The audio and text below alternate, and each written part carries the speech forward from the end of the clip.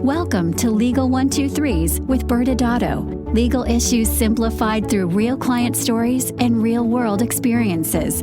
Creating simplicity in 3, 2, 1. Welcome back to Legal 123s with ByrdAdatto. I'm your host, ByrdAdatto, with my co-host, Michael Byrd. As business attorneys for healthcare practices, we meet a lot of interesting people and learn their amazing stories. This season's theme, Brad, is What Now?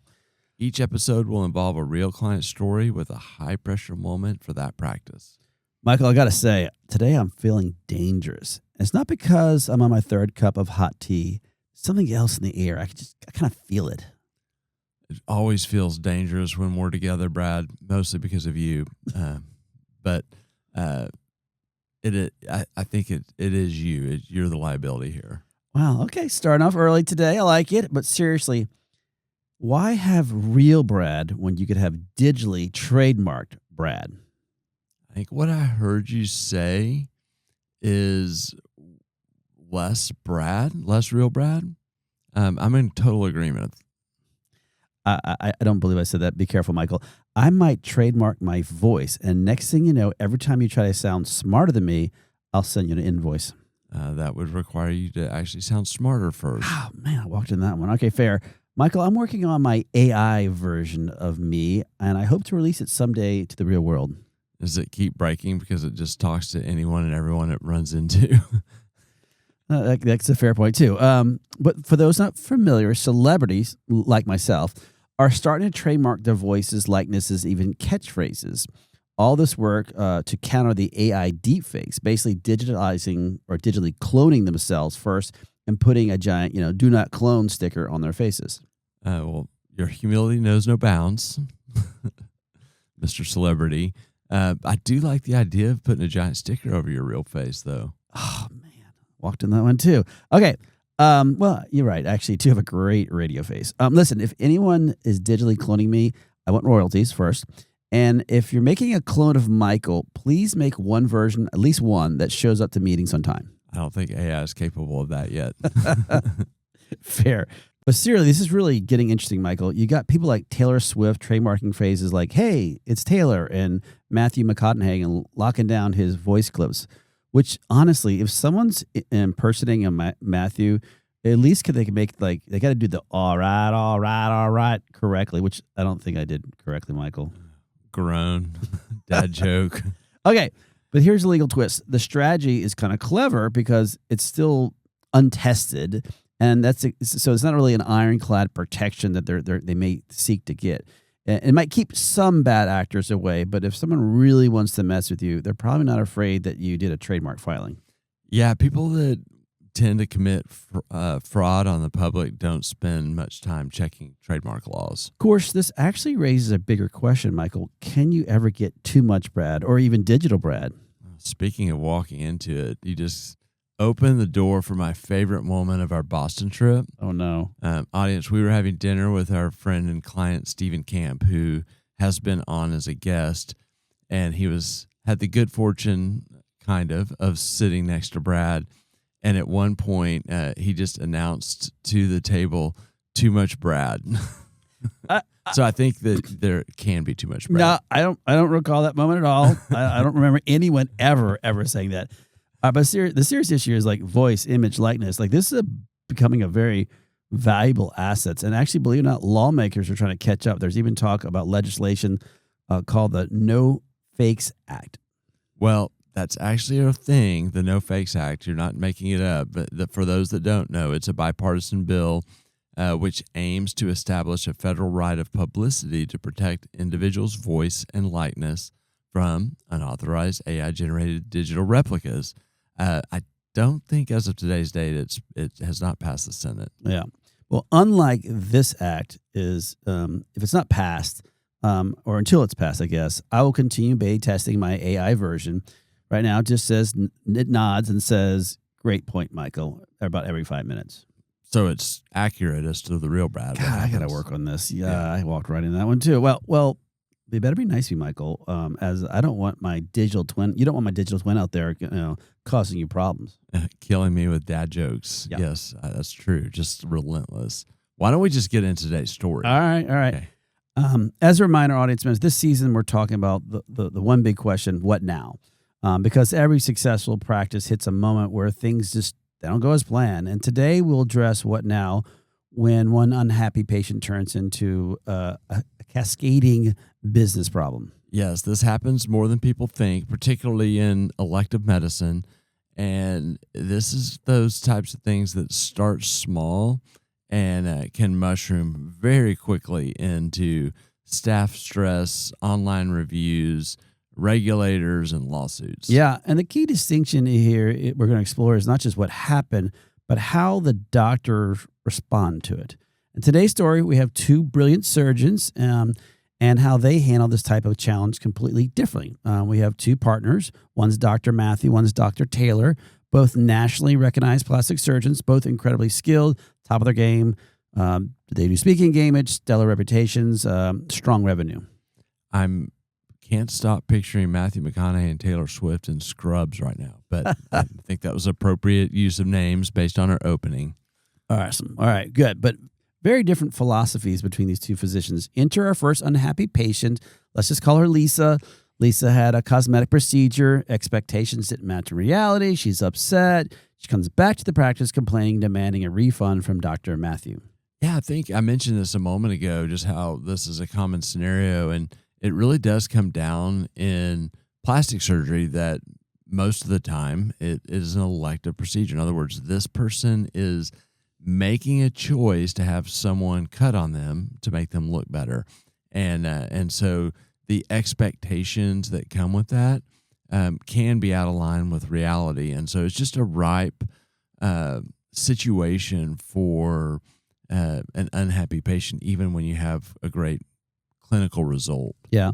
So after hearing Lisa's demand, Dr. Matthew started to evaluate the situation. He was frustrated as the outcome was excellent, again, clinically speaking, but he knew that he could not just evaluate just on this emotional perspective. He needed to take a step back and think bigger picture, like what impact we could have on his reputation risk, his staff, costs of this escalating.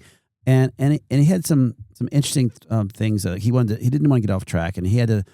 What he had started doing a while back was he had a kind of a business judgment revenue spot where he kind of put money, otherwise might call like a slush fund, where he kind of always in the back of his mind had a certain amount of money sitting there. Yeah, I remember this conversation from some time ago, and he would set money aside. He had a reserve set aside for stuff like this, and so in other words, he's budgeting for the reality that not every patient believes their outcomes are perfect. And sometimes resolving a problem quickly is the smartest business move, even if it doesn't feel good from a fairness perspective. Yeah, exactly. In fact, Dr. Matthew had a previous conversation with our firm on the strategy of dealing with these types of requests. So when Lisa made this request, he had a plan. He didn't let his ego or desire to win cloud his thinking. After thanking Lisa for her feedback, he actually agreed to refund the medical services, and she had to execute a refund agreement from the on behalf of the practice. And in his mind, this offered a reasonable solution, kept the interaction calm, and everyone was able to move on. Yeah, you mentioned refund agreement, and this is typically not just here's your money back as you requested, but if we're gonna give you this refund, we want some certain conditions to go with it, including a release and some other protections for the practice that brings closure. I'm curious, just based on how you set this up, did Dr. Taylor have a different mindset? Well, you know the answer. I know. Yes, very rules driven was Dr. Taylor. Every request must be proven. Every issue must be defended. Which sounds great until, again, you said this earlier, real life shows up. Because unlike how Dr. Matthew handled his patient, Dr. Taylor chose a different path. So Dr. Taylor, in this case, she had a patient we'll call Sammy, followed the same story. Sammy had a cosmetic procedure. The expectations didn't match reality. She's upset. She comes back to the practice complaining and demanding a refund from Dr. Taylor. Yeah, and going back to how common this is, we actually have clients where there's multiple surgeons and they may be dealing with multiple unhappy patient situations at the same time. And so it is a business reality for getting into treating patients, but for sure into the elective side of things. Absolutely. And Dr. Taylor, actually didn't get emotional about the request. She refused the refund as that was not her policy. And clinically, again, the surgery was a success. So she sounds like she had a plan and stuck to it. Right. By refusing the refund, Sammy started getting emotional. She started by calling the staff and repeatedly messaging them, and finally actually started lashing out by posting negative reviews on multiple different platforms. This is the mushroom effect I was talking about. It can get ugly fast when the patient starts spiraling. Yeah. And Dr. Taylor stays the course and refuses to pay and starts becoming a bit more stressor on the entire practice as Sammy has become a very disruptive patient.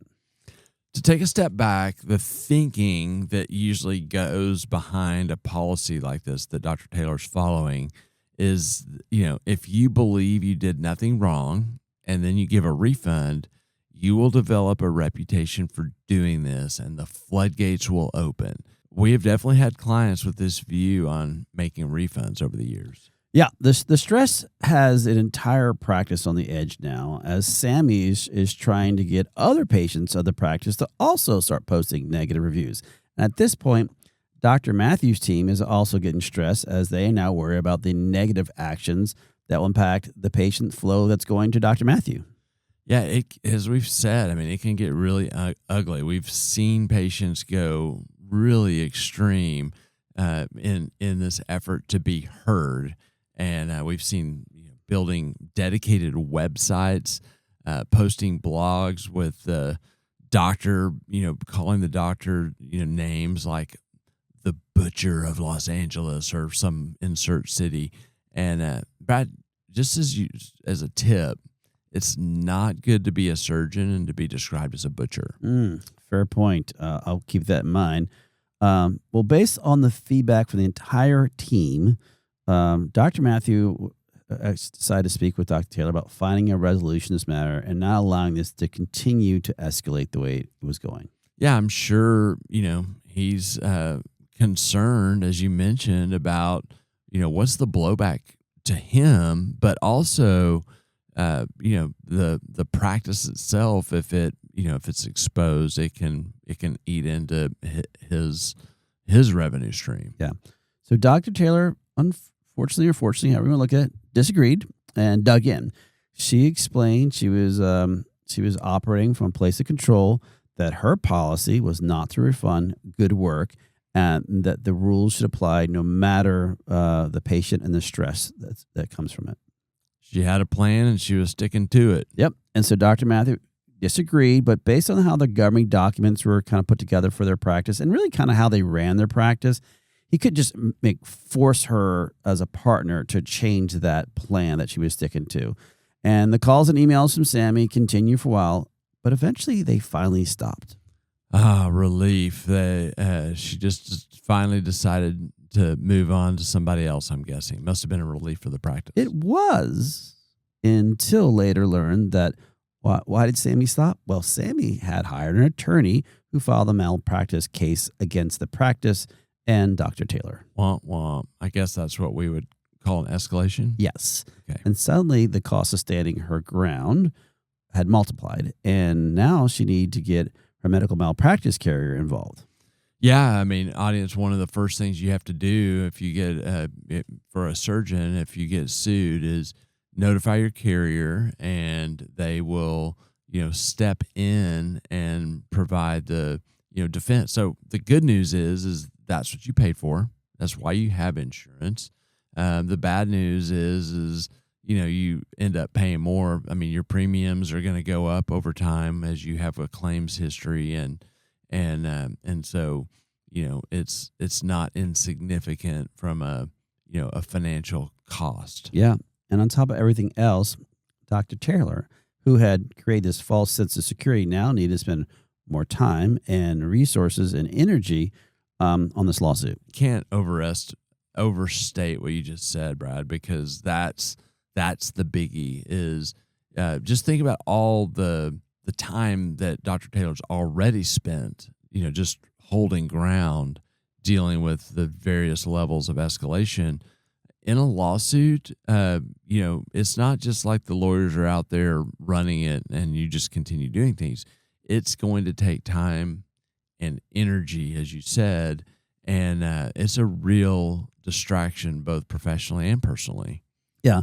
So Dr. Matthew recommended they settle this lawsuit as soon as possible and move on. But guess what, Michael? Guess what Dr. Taylor wanted to do? I'm guessing based on the fact that I know the answer, she didn't. She did not want to settle this. You're correct. She checked all the boxes correctly in surgery, and she did not want to settle it with a bad patient. Holding firm. All right, let's go to break and learn what happened to Dr. Taylor and the practice. Many business owners use legal counsel as a last resort rather than as a proactive tool that can further their success. Why? For most, it's the fear of unknown legal costs. ByrdAdatto's Access Plus program makes it possible for you to get the ongoing legal assistance you need for one predictable monthly fee. That gives you unlimited phone and email access to the legal team, so you can receive feedback on legal concerns as they arise. Access Plus, a smarter, simpler way to access legal services. Find out more. Visit ByrdAdatto.com today. Welcome back to Legal 123s with ByrdAdatto. I'm your host, ByrdAdatto, with my co-host, Michael Byrd. Now, Michael, this season our theme is What Now? And this show, we're really trying to explore what happens, when a patient complaint happens. Yeah, and we have Dr. Taylor and Dr. Matthew, two partners in a practice who have different strategies of dealing with this situation. And we got to experience kind of this play out real time at the same time, and it really illustrates the differences. So, on the one hand, Dr. Matthew, had met with you and had a strategy, had a business reserve fund. It was very intentional. He was very intentional about risk management, and he decided that was his priority so that he could focus on, creating revenue and not have these time distractions. And so when the situation arose, he was prepared to deal with the situation. He, like Dr. Taylor, had a good clinical outcome, but just recognized that the quickest way to put this one to bed based on his strategy was to do the refund agreement and make it go away. Dr. Taylor, on the other hand, also had a strategy, and it was very much based on the idea of who's right. And if she's right, in other words, the clinical outcome is right, then she was going to stand her ground and no one was going to take advantage of her. And she did stand that ground, and we kind of saw how that played out. And so we left or concluded with these two very different strategies with two different outcomes. And, we can kind of jump from there to, talk through the differences. Yeah. And so, as you said, same practice, two different stories, two different strategies on how to deal with patient requests because they're complaining about something.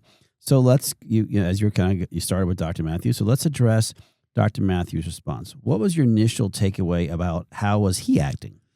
Yeah, he was acting like a Navy SEAL, and this is not, audience, an outcome-based reasoning just because he got a good result and things went away. It's more the strategy. Like, he had decided that this risk, patient complaint risk, is something that he was going to have to contend with his business.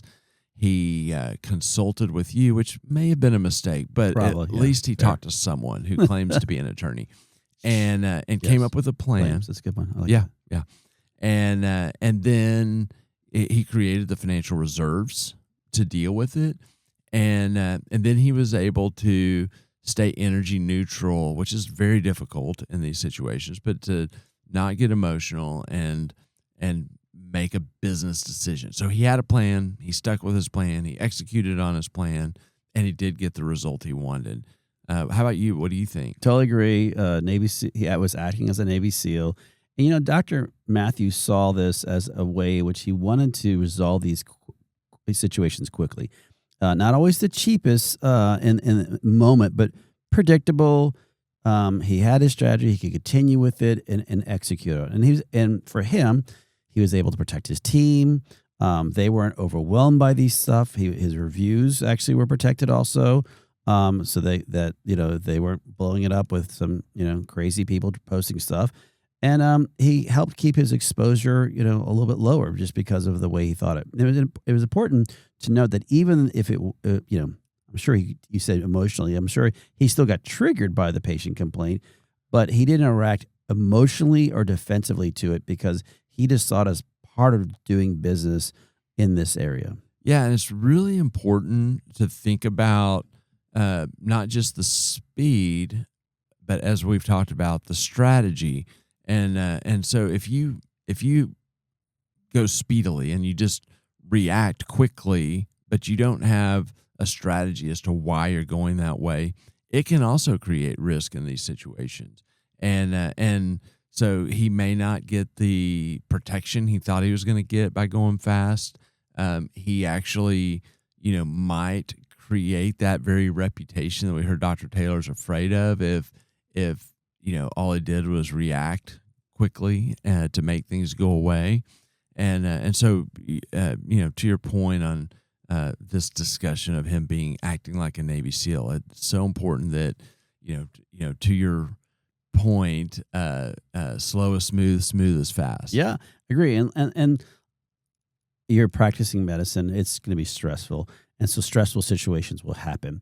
And doctors can react quickly, but if they don't have a proper internal process of weighing the pros and cons, and actually they will have a blind spot, mostly to their emotions, probably, Michael, and so just because you've done everything right on paper doesn't even mean that you're reducing your risk, which is somewhat where we're going with Dr. Taylor, I think. How do you think she was acting? Yeah, it's tricky because you could make the case that she also had a plan and stuck with it. But really, I think she was acting like a cruise director because her plan was really based on, that sense of right and wrong. And, once she decided that she didn't do anything wrong, there was just a rigidity to how she ran her business, and she stuck to her gun, so to speak, and went all the way through. I mean, think about, it's not just being firm with the patient, she was firm with her partner, and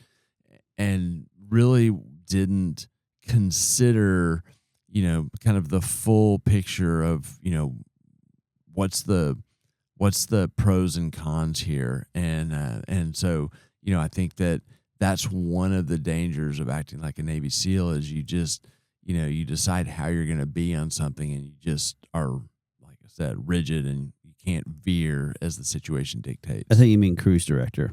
What did I say? A Navy SEAL. I said Navy SEAL? Yeah, cruise director. Yeah. So, you said acting like a Navy SEAL. But in this case, I agree with you. And, I hate agreeing with you that she was acting like a cruise director. So, unfortunately, you are correct again. Hopefully, we're not keeping tabs on how many times you're correct.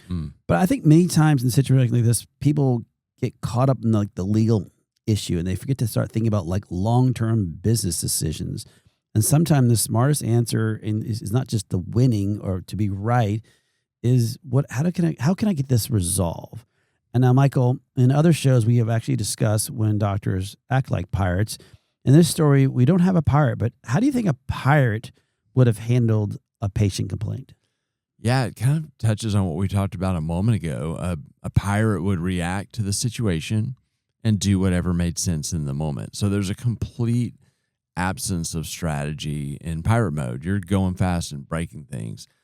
Some pirates would just give the refund, and they don't even bother to get the refund agreement with the release. And, unfortunately, some pirates also might just ignore the situation. They're so scattered trying to run the business that there can be this, stick your head in the sand moment when ugly situations arise where they just kind of hope it'll go away. Yeah. And as you said, some pirates will just give that refund. Unfortunately, we have a lot of different stories in which someone does give a refund back to the patient, and they don't realize that's not going to be the first bite at the apple. In fact, they can keep coming back and asking for more free services or free spa services. And so instead of actually dealing with a patient that has a complaint, it's just going to keep building on top of each other because now you have this fear. If I don't give them this, they're going to want they will file a complaint. But I've already given their money back, or I've already given them extra procedure. So wait, I want to add in too. Hold on. So be real careful that if you are going to do that, have that conversation about if I do give you extra services or I give you the cash or the whatever it is, that you have somebody to protect your practice and yourself afterwards. Go ahead. Yeah, no, I was thinking of other things that a pirate may do. Is another strategy that it's not in play here is surgeons will offer to do a revision. Yeah. And so sometimes the pirates, they get caught up in the moment and they want the patient to be happy. And so they offer to go cut them again where there's some real signals that that's a really bad idea. Mm-hmm. And so again, the key is the just absence of strategy. Yeah. So back to our story, Dr. Taylor is acting like a cruise director and staying the course. And she actually allowed the problem in this case to really fester. And the staff really started absorbing most of the stress because it was impacting their workflow, the culture, the morale. And if she had a strategy that was flexible versus, in her case, rigid control, she may have been able to reduce the actual overall impact it had on the entire practice, and in her case, her pocketbook too. Yeah, I'll give you one, Brad. That was a good point. Ah. So what happened with the case that Sammy had filed against Dr. Taylor? Believe it or not, audience members, it was eventually settled nearly a year after it was filed, but it's very stressful on her and in the entire practice.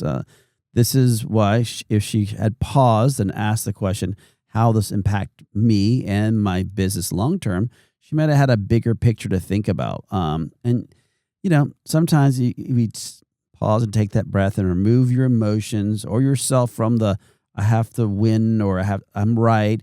You start asking the questions like, what does this decision look like 6 months from now or 12 months from now? Not just, again, am I right? All right, Brad, let's provide some final thoughts. So when you find yourself dealing with that one difficult patient situation, the question is, what now? Yeah. In first off, we're humans, and as humans, we have to really watch our emotions getting the better of us, and sometimes that means that we're going to lash out. Sometimes it may mean we're digging in our heels, and the few things you can do right away is just immediately start de-escalating the situation. Again, we said this earlier. Slow down. Nothing good happens when you respond immediately, and especially out of frustrations. It's a great point. We say be strategic, but definitely emotions can be the enemy of that. And so you want to create space to think strategically instead of reacting defensively in the emotions of that moment. Yeah, and we always say great communication starts with listening. So don't just respond to the patient, but be actually present and understanding why is the patient really upset. What's really happening? Because half the time they don't want a legal fight or a legal argument. They just really want to be heard, and you being empathetic and understanding their position actually may help you in the long run. Yes. Third, and this is not an easy one for you, Brad, but you need to separate your ego from the outcome. This is not about proving you're right. It's about protecting your business. Yeah. So, Michael, we're almost out of time, but winning the argument but losing their reputation, that's trouble. That's not good for your practice. Really evaluate those risks. Take that step back and try to figure out how to make things better instead before it gets worse. And sometimes the cheapest solution is the one that resolves the issue early, even if it doesn't feel like it's fair at that moment. Yeah, and kind of coming in with my final thoughts, you've heard me say this before in the office and I think on this podcast, that I always used to tell my kids there's only one fair, and that's once a year in September, the State Fair of Texas. That's right. And so fairness really is not a good strategy for protecting your business. You want to have a plan, and you don't want to make it up as you go. You need to have a framework of how you approach it, who handles the complaints, when do issues get escalated, what are you going to do there? And, what are the tools in your toolkit that you're willing to use when these situations arise? And, consistency and having a plan that reduces the chaos and really leads to stronger protection. Absolutely. Well, audience members, that's all the time we have, but don't worry. We're back next Wednesday when we're back, and we'll address, I have a cash flow issue. What now? Thanks again for joining us today. And remember, if you like this episode, please subscribe. Make sure to give us a 5-star rating and share with your friends. You can also sign up for the ByrdAdatto newsletter by going to our website at ByrdAdatto.com. ByrdAdatto is providing this podcast as a public service. This podcast is for educational purposes only. This podcast does not constitute legal advice, nor does it establish an attorney-client relationship. Reference to any specific product or entity does not constitute an endorsement or recommendation by ByrdAdatto. The views expressed by guests are their own, and their appearance on the program does not imply an endorsement of them or any entity they represent. Please consult with an attorney on your legal issues.